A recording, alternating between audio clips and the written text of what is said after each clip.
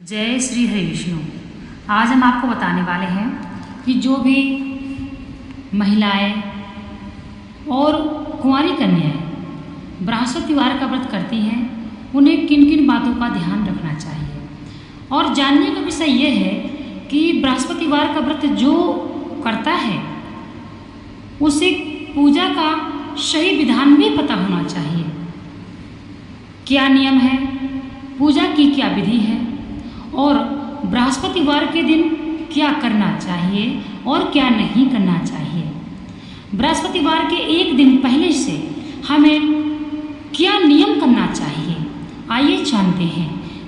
बृहस्पतिवार का व्रत अधिक से अधिक महिलाएं एवं कुंवारी कन्याएं करती हैं। क्यों? क्योंकि बृहस्पतिवार का व्रत करने से घर में लक्ष्मी का वास होता है और भगवान विष्णु वहीं रहते हैं जहाँ लक्ष्मी का वास होता है। गुरु बृहस्पतिवार का पूजन करने से बृहस्पति मजबूत होता है। इसीलिए कहा जाता है कि कुंवारी कन्याओं को भी जिनका विवाह ना हो रहा हो उनको बृहस्पतिवार का व्रत करना चाहिए। बृहस्पतिवार का व्रत करने से कुंवारी कन्याओं को शिव वर की प्राप्ति होती है एवं धन धान्य की कभी कमी नहीं पड़ती। जो लड़की पहले से बृहस्पतिवार का व्रत करना प्रारंभ कर देती है उसको बहुत ही धनवान एवं गुणवान वर की प्राप्ति हो जाती है। क्यों? क्योंकि उनका बृहस्पति मजबूत हो जाता है। और जिनका विवाह ना हो रहा हो वे लड़कियां हो चाहे लड़के, वे भी गुरु बृहस्पतिवार का व्रत करना प्रारंभ कर दे, विवाह का योग अत्यंत शीघ्र बन जाता है। तो आइए जानते हैं कि बृहस्पतिवार के एक दिन पहले से आपको क्या नियम करना चाहिए। दोस्तों, एक दिन पहले से जो व्रत करता है उसको बुधवार से ही, वेडनेसडे से ही क्या नियम करना चाहिए। बृहस्पतिवार के दिन आपने सुना होगा, बृहस्पतिवार की किताब में भी, पुस्तक में यही लिखा हुआ है कि बृहस्पतिवार के दिन बाल नहीं धोना चाहिए। इसलिए चाहे कुंवारी कन्या हो, चाहे सुहागवती महिलाएं हो या अन्य कोई जो भी बृहस्पतिवार का व्रत करता हो उसे बुधवार के दिन ही सिर धोना चाहिए, बाल धुल लेना चाहिए। दूसरी बात, बृहस्पतिवार जो व्रत करते हैं उन्हें एक दिन पहले से ही लहसुन प्याज का त्याग कर देना चाहिए। एक दिन पहले से बुधवार के दिन लहसुन प्याज तामसी वस्तुएं ये सब उपयोग में नहीं लाना चाहिए। और ब्रह्मचर्य का पालन, कोई भी व्रत हो, यह केवल बृहस्पतिवार के व्रत के विषय में नहीं कह रहे, कोई भी व्रत हो तो आपको ब्रह्मचर्य का पालन एक दिन पहले से ही करना होता है। अब आप समझ गए होंगे कि बृहस्पतिवार का व्रत यदि हम करते हैं तो हमें एक दिन पहले से यह नियम करना चाहिए। अब बृहस्पतिवार के दिन आपको क्या करना है, आइए वह भी जान लेते हैं। बृहस्पतिवार के दिन आपको ब्रह्म मुहूर्त में जगना चाहिए और स्नान आदि करके भगवान नारायण के सामने आपको यह संकल्प करना चाहिए, हे गुरु भगवान, हे नारायण, मैं आपके सामने ये संकल्प लेती हूँ। और अपने गोत्र का नाम बोले, अपना नाम बोले, गोत्र का नाम बोल दे।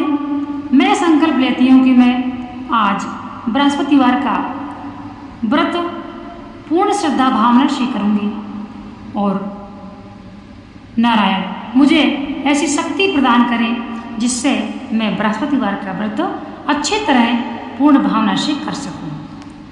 तथा मंदिर में जाना भी आवश्यक होता है।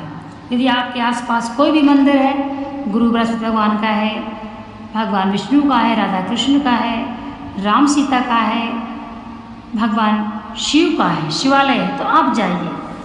अब मान लीजिए आपके आसपास विष्णु भगवान के और लक्ष्मी जी के मंदिर कम मिलते हैं, ज़्यादातर भगवान शिव के मिलते हैं, तो बात एक ही है, भगवान शिव करते हैं भगवान विष्णु की पूजा, भगवान विष्णु करते हैं भगवान शिव की पूजा। शिव और विष्णु एक ही है। आप मंदिर में जाइए, वहाँ पर पहले पूजन करिए और वहाँ पर आप संकल्प कर लीजिए। वहाँ पर भी आप संकल्प कर लीजिए कि प्रभु मैं आज बृहस्पतिवार का व्रत करने जा रही हूँ और जो भी मुझसे गलतियाँ हो क्षमा कर देना। और प्रभु मैं कोशिश करूँगा कि मैं दिन में किसी भी नास्तिक व्यक्ति से बात नहीं करूँगी और ना ही किसी का दिल दुखाऊंगी तथा सभी का सम्मान करूँगी। और आज मैं जितना ज़्यादा से ज़्यादा भगवान के नाम का चिंतन करूँगी। इस प्रकार से आप मंदिर में संकल्प लें और विधिवत वहाँ पे पूजन करें। केले का वृक्ष जरूर होना चाहिए, तो अपने घर में छोटा सा केला का पेड़ भी लगा लीजिए। इसके बाद आप घर में आकर के चौकी लगाना है और केले का जो वृक्ष है वो आप गमले में लगाइए, क्योंकि जब पूजन करते हैं तो उसे काटना नहीं चाहिए। और वहीं पर आप गमला रख लीजिए और वहाँ पर चौकी लगा करके लक्ष्मी नारायण भगवान का विग्रह रखिए और विधिवत दूध दही शहद पंचामृत से भगवान नारायण का स्नान कराइए। इसके पश्चात भगवान को चंदन लगाइए, रोली लगाइए, सिंदूर अर्पित कीजिए, पुष्प अर्पित कीजिए और कलश भी बैठाना चाहिए। कलश स्थापित करना चाहिए।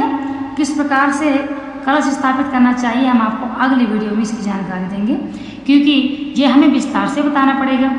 और कथा जरूर सुनना चाहिए। कोई भी आप व्रत करते हैं, चाहे बृहस्पतिवार हो, सोमवार हो, रविवार हो, मंगलवार हो, कोई भी व्रत हो, तो कथा जरूर सुनना चाहिए। आप बढ़िया आरती सजा लें और भगवान को पुष्प अर्पित करें, भगवान विष्णु को जनेऊ अर्पित करें, 5 सुपारी अर्पित करें, मिष्ठान अर्पित करें, पीले लड्डू आप भगवान विष्णु के लिए मंगाएं। बृहस्पतिवार के दिन पीले लड्डू होना चाहिए। और इसके पश्चात आप भगवान का स्नान कराने के बाद भगवान का श्रृंगार करिए। और जो भी आपके पास सामग्री, चने की दाल का आप प्रसाद बनाइए। चने की दाल को आप थोड़ा पहले भिगो लीजिए और बाद में उस दाल में थोड़ा सा गुड़ मिला करके और कलश के लोटे में जो ऊपर रखा जाता है पूर्ण पात्र, आप उसमें रख दीजिए और नारियल रख दीजिए। नारियल में पीला वस्त्र लपेट दीजिए और पीला वस्त्र के ऊपर उसमें आपको कलावा लपेटना है। इस प्रकार से आप बृहस्पतिवार के दिन कलश तैयार कर लें और भगवान विष्णु और लक्ष्मी का पूजन करें। चौकी रख लें, आरती जला करके कलश बैठा करके कथा पढ़ें। कथा पढ़ने के बाद आपको थोड़ा सा हवन करना चाहिए और हवन करने के पश्चात आपको आरती करना चाहिए। इस प्रकार से आप बृहस्पतिवार का व्रत करें और कन्या हैं, बच्चे हैं, सभी को प्रसाद देना चाहिए। जो भी कलश स्थापित करता है उसे कलश में चने की दाल, गुड़ जरूर डालना चाहिए। कलश किस प्रकार से स्थापित करना चाहिए बृहस्पतिवार का हम आपको अगली वीडियो में देंगे। यदि वीडियो अच्छा लगा हो तो सब्सक्राइब करें, सपोर्ट करें और इसी प्रकार से बने रहें हमारे चैनल में। आगे बहुत ही अच्छी जानकारियाँ हम अभी आपको देने वाले हैं। किस प्रकार से कलश रखना चाहिए और इसके पश्चात क्या करना चाहिए, बृहस्पतिवार का उद्यापन कैसे करना चाहिए, कितने व्रत करना चाहिए और कितने व्रत नहीं करना चाहिए, कितने व्रत करके हमें बृहस्पतिवार का उद्यापन कराना चाहिए और उद्यापन में हमें क्या क्या विधान है, क्या क्या सामग्री लगती है, इसकी भी जानकारी आपको होना चाहिए। तो इस प्रकार से जिन भी कुंवारी कन्याओं का विवाह नहीं हुआ है, वो जिन विवाह के इच्छुक हैं उनको बृहस्पतिवार का व्रत करना चाहिए।